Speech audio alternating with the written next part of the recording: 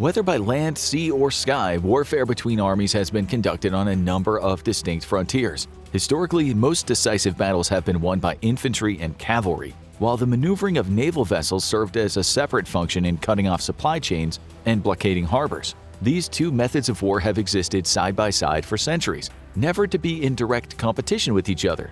That is, unless some unorthodox military group managed to train tiger sharks as steeds and ride them into battle against warships. Or perhaps more realistically, a maritime incident similar to the one that occurred on January 23, 1795, near the town of Den Helder in the Netherlands. This skirmish between revolutionary French forces and a fleet of Dutch warships is notable for being the only battle in history wherein soldiers on horseback were responsible for forcing a waterborne force to surrender. While there have been other examples of cavalry on ship combat, such as an attack led by José Antonio Páez during the Venezuelan War of Independence, none have been quite as successful as the legendary capture of the Dutch fleet. Before we explain the unique circumstances that led to a group of cavalry going into combat against 17th century warships, it's important to establish the context of why this battle was taking place. This all occurred in the backdrop of the War of the First Coalition, a crucible of conflict born from the results of the French Revolution. Several monarchies in Europe, including Austria and the Dutch Republic, found the deposition of King Louis the Last by the French revolutionaries to threaten their way of governance. His subsequent execution made it clear to the other rulers precisely what those who had taken power intended to do with anyone who opposed the revolution. Their fears were confirmed when the post-monarchical government of France went to war with the entire Habsburg line. The French people's burning desire to rid themselves of monarchs had ignited the fires of international conflict. It seemed as though the revolutionary groups in control of the former kingdom would not rest until their revolution was repeated across Europe.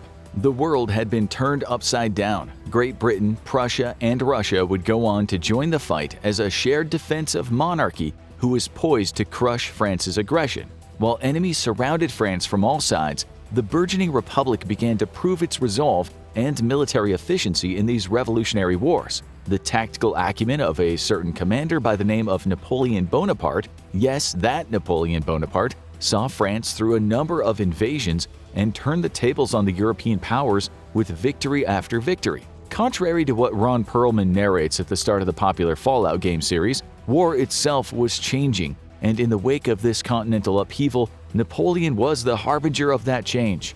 The strategies and unit composition that he and contemporary commanders would adopt over the course of the many wars to come would alter warfare forever. Even as weapons technology would advance over the course of a century, the quintessential Napoleonic principles of mobility and combined arms assaults would become standard policy for the national armies of Europe. All of that is to say that this was an incredibly fluid time for warfare, and across many battlefields orders were being given that would have been completely unheard of for conventional warfare up to that point. Victories were being earned not through adherence to tradition, but through novel applications of logic and daring strides forward.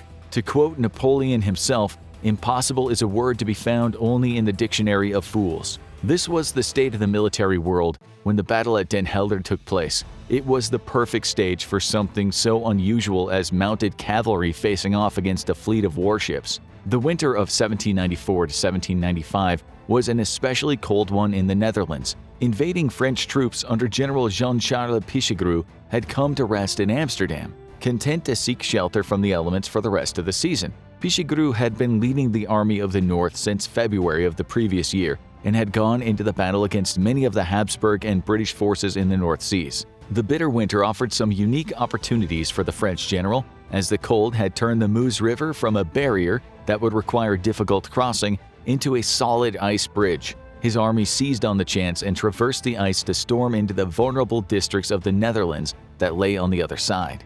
Ice crossing on horseback carried risks of its own, but it was a well-trod territory as a method of invasion.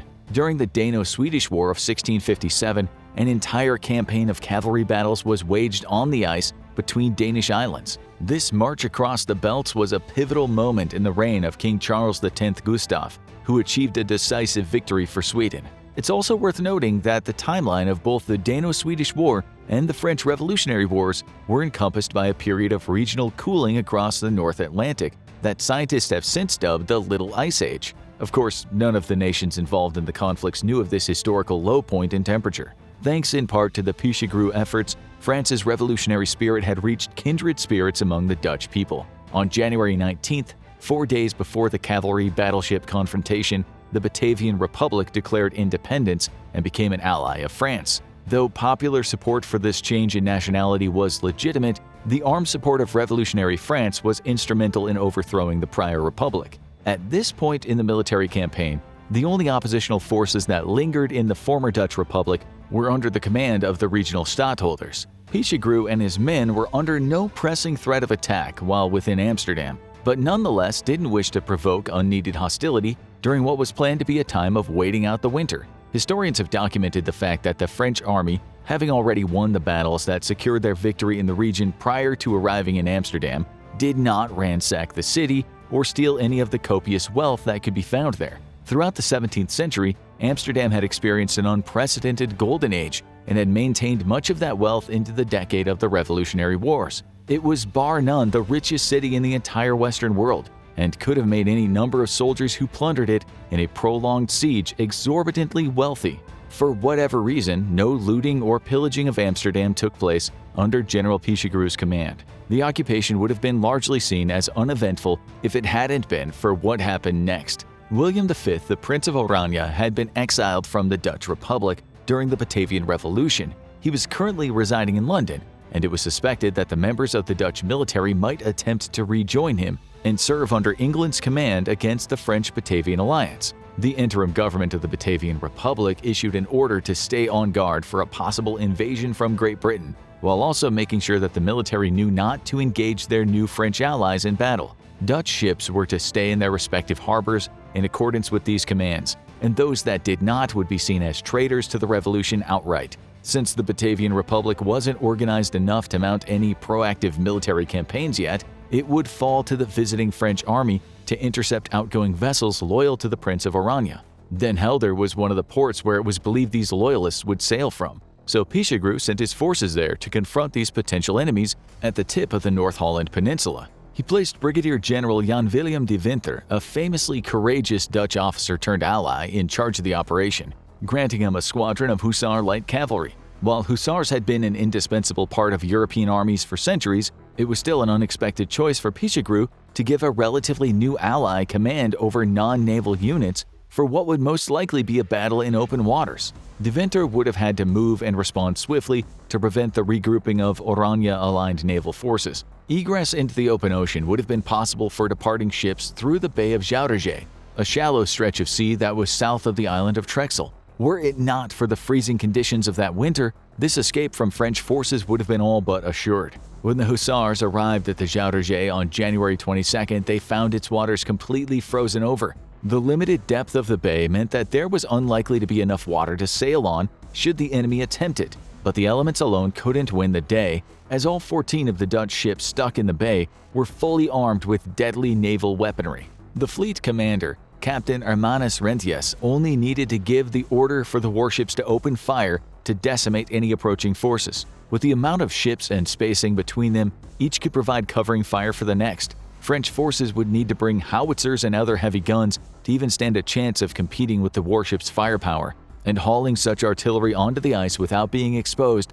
would prove next to impossible. Additionally, the French cavalry would have to cross the ice once more to reach the ships caught in the harbor. Even if they could make it to the vessel stuck in the bay, the Hussars themselves couldn't overpower the numerically superior Dutch personnel aboard the ships should it come to a melee. For this reason, before crossing the ice, it was decided that each of the Hussars would carry one additional soldier, infantrymen from the 15th Line Infantry Regiment. In spite of the recklessness of marching toward warships, the cavalry would use their crossing as an intimidation tactic to smooth the chances of a peaceful resolution.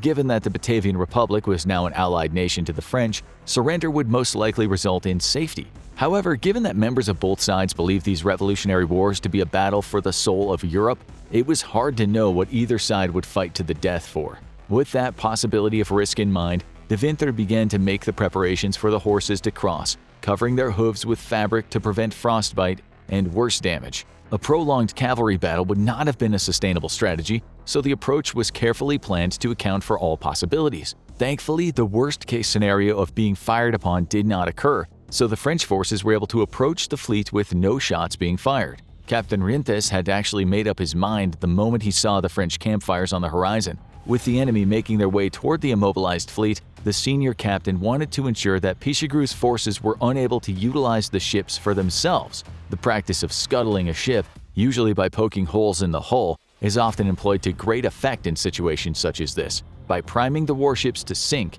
and disabling all the guns, the Dutch forces would deprive France of any possible advantage in taking the ships. There were also further difficulties on the French side. Even though the hussars could cross the ice, there was no feasible way for them to board the warships. The required ladders and ropes were not carried with the force sent to Den Helder.